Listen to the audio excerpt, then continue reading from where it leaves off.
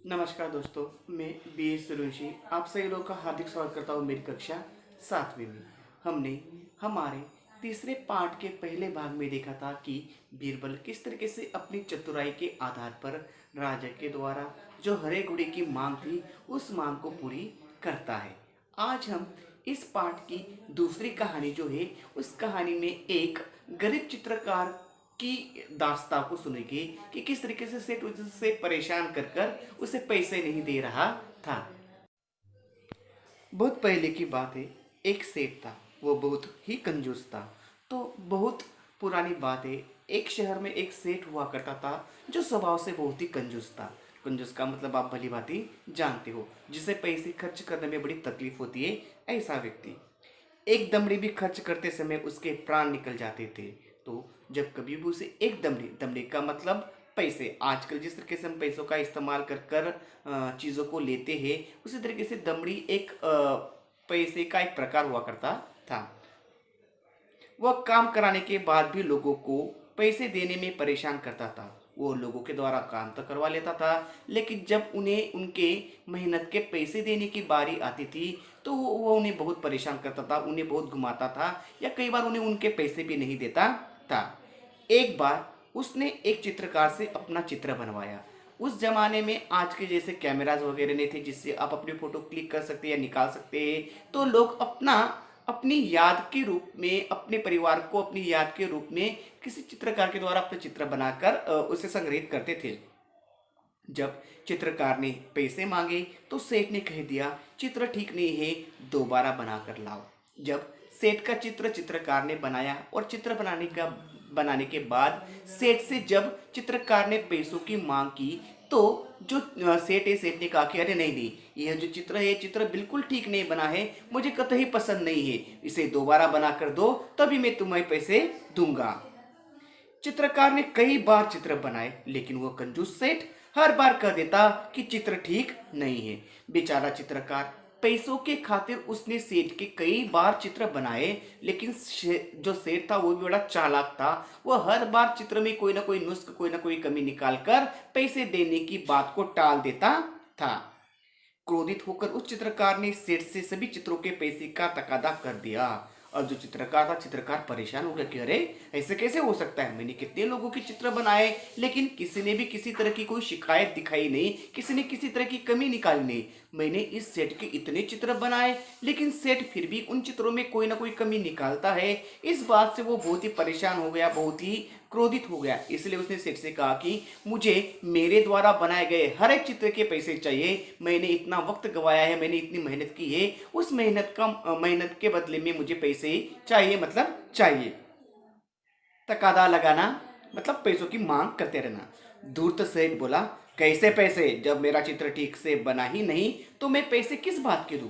तो सेठ बड़ा धूर्त था, बड़ा दुष्ट था। उसने कहा कि अरे कैसे पैसे, किस बात की पैसों की बात कर रहे हो तुम, अगर तुमने मेरा चित्र ठीक तरीके से बनाया ही नहीं तो तुम्हें मैं किस बात के पैसे दूं, किस बात के पैसे तुम मुझसे मांग रहे हो। बेचारा चित्रकार अपने घर लौट आया। अब चित्रकार बहुत ही निराश हो गया, और निराश होकर वो बेचारा अपने घर आ गया। वो कर भी कुछ नहीं सकता था। परेशानी का कारण पूछने पर उसने अपनी पत्नी से सारी बातें बताई। जब चित्रकार घर आया और उसकी पत्नी ने देखा कि उसका पति बड़ा परेशान है, तो उसने अपनी पत्नी से उसकी पत्नी ने उसे पूछा कि अरे किसी क्या बात हुई, आप इतने परेशान क्यों लग रहे हो। तो जो चित्रकार था, चित्रकार ने सारी बात अपनी बीबी को बता दी। चित्रकार की पत्नी बहुत बुद्धिमान थी। जो चित्रकार था, चित्रकार की पत्नी बहुत ही बुद्धिमान थी, वो बड़ी समझदार थी।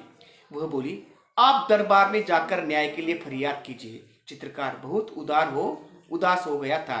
तो उसकी पत्नी ने चित्रकार की पत्नी ने चित्रकार को सलाह दी कि अरे इसमें इतनी परेशान होने की क्या बात है, आप अपने बादशाह के दरबार में जाइए, और दरबार में जाने के बाद आप न्याय की फरियाद कीजिए, आपकी सारी बातें वहां पर बताइए, आपके साथ जरूर न्याय होगा। चित्रकार बहुत उदास हो गया था, वो बहुत ही परेशान हो गया था। वह मुंह लटकाकर बैठ गया। अब चित्रकार ने जब अपनी बीवी की बात सुनी तो उस बात को सुनकर भी वो निराश हो गया, वो मुंह लटकाकर बैठ गया।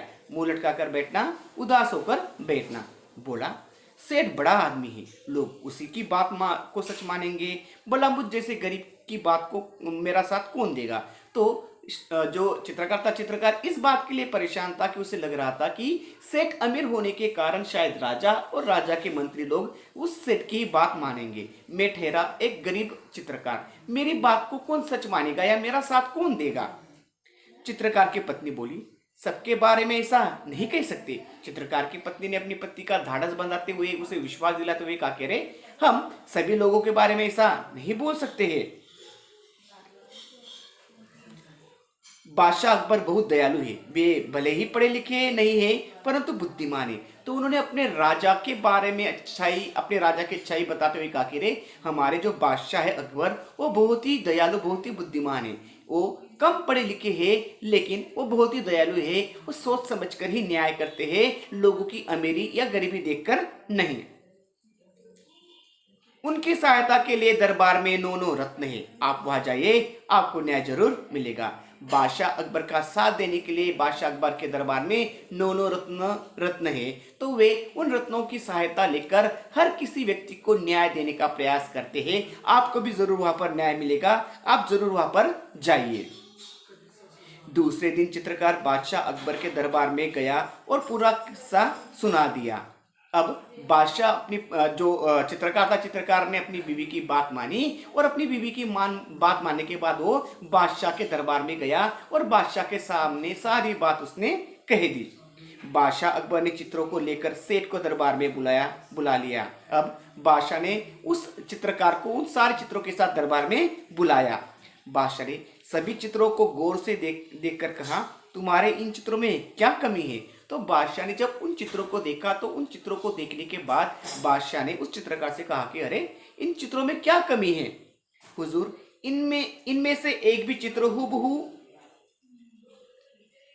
तो बादशाह अकबर जो था, अकबर ने चित्रों को लेकर सेठ को भी दरबार में बुलाया। सेठ को भी दरबार में बुलाया और दरबार में सेठ को बुलाने के बाद चित्रकार के चित्र दिखाकर कहा कि अरे देखो, इन चित्रों के भीतर तुम्हें कौन सी कमी लगती है, क्या कमी लगती है, मुझे बताओ। जो कमी होगी उस कमी को कमी हमें बताओ, तभी हम फैसला करेंगे। अब जब सेठ ने उन चित्रों को देखा तो उन चित्रों को देखने के बाद सेठ ने कहा कि इनमें से कोई भी चित्र मेरी शक्ल से हूबहू नहीं मिलता है। बादशाह मुश्किल में पड़ गए कि न्याय करे तो कैसे करे। अब बादशाह के सामने भी परेशानी खड़ी हो गई थी कि अब करे तो क्या करे।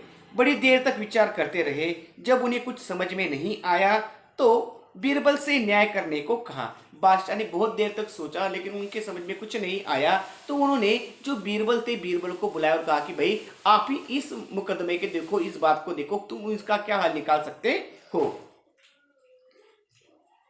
बीरबल ने सारी बातें ध्यान से सुनी और तुरंत समझ गया कि सेठ चेहरा बदलने में निपुण है। निपुण का मतलब माहिर, एक्सपर्ट। तो सारी बात जब बीरबल ने सुनी तो बीरबल ने सारी बात सुनने के बाद एक नतीजे पर बीरबल पहुंचा कि जो सेठ है, सेठ चेहरे बदलने में या चेहरे के हाव भाव, एक्सप्रेशन बदलने में बड़ा निपुण है। उसको सही रास्ते पर लाना जरूरी है। कला और कलाकार का सम्मान करने से ही कला संस्कृति की रक्षा एवं संवर्धन होता है। तो जो बीरबल सोचा कि ऐसे व्यक्ति को या ऐसे सेठ को सबक सिखाना जरूरी है, क्योंकि जहाँ पर कला और कलाकार का आदर नहीं होगा, सम्मान नहीं होगा, वहां पर संस्कृति का रक्षण नहीं होगा। कला में निपुण कलाकारों की इज्जत जहाँ होती है वह देश विश्व विख्यात होता है। तो उन्होंने समझा कि जिस देश में कलाकार और उनकी कला को सराहा जाता है उसी देश में वही देश कई सारे जगहों पर विख्यात होता है, उसकी प्रसिद्धि होती है। इसलिए बीरबल ने चित्रकार को कहा, तुम्हारे चित्रों में सचमुच बहुत कमियां हैं।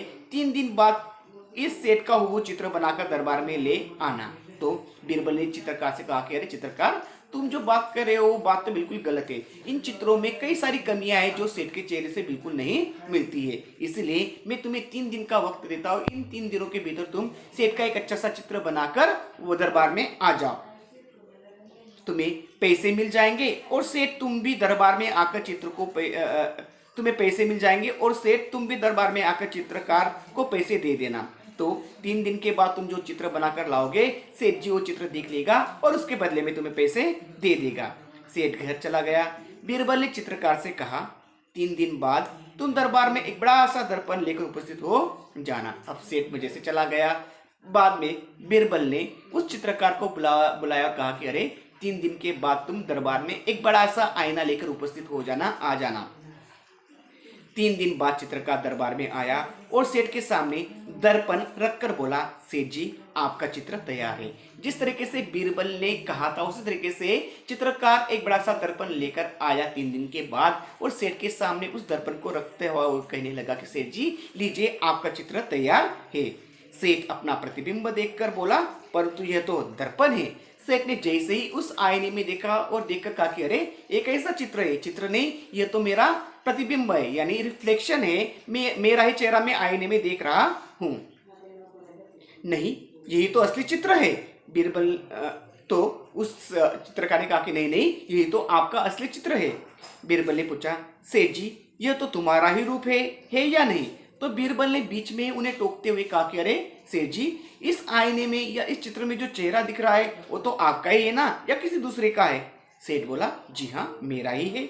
सेठ अपनी चालाकी पकड़े जाने पर बहुत लज्जित हुआ। उसने चित्रकार को उसका मेहनताना दे दिया। अब सेठ के समझ में बात आ गई कि बीरबल ने अपनी बुद्धिमानी की झांसे में उसे फंसा लिया है। अब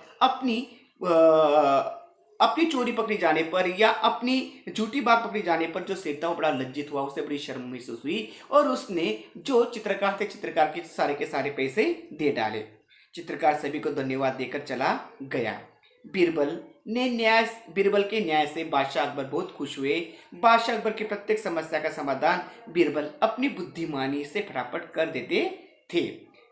यह तो जो बीरबल थे, बीरबल अपनी बुद्धिमानी अपनी विचार शक्ति के द्वारा राजा अकबर की हर प्रकार से सहायता करते थे, उनकी हर मुश्किल घड़ी में उनका साथ देने का काम किया करते थे। यहाँ भी बीरबल ने दूध का दूध और पानी का पानी कर दिया था। तो यहाँ पर भी बीरबल ने अपनी चतुराई से दूध का दूध और पानी का पानी कर दिया था, यानी सच बात जो थी वो सबके सामने लाकर रखी थी।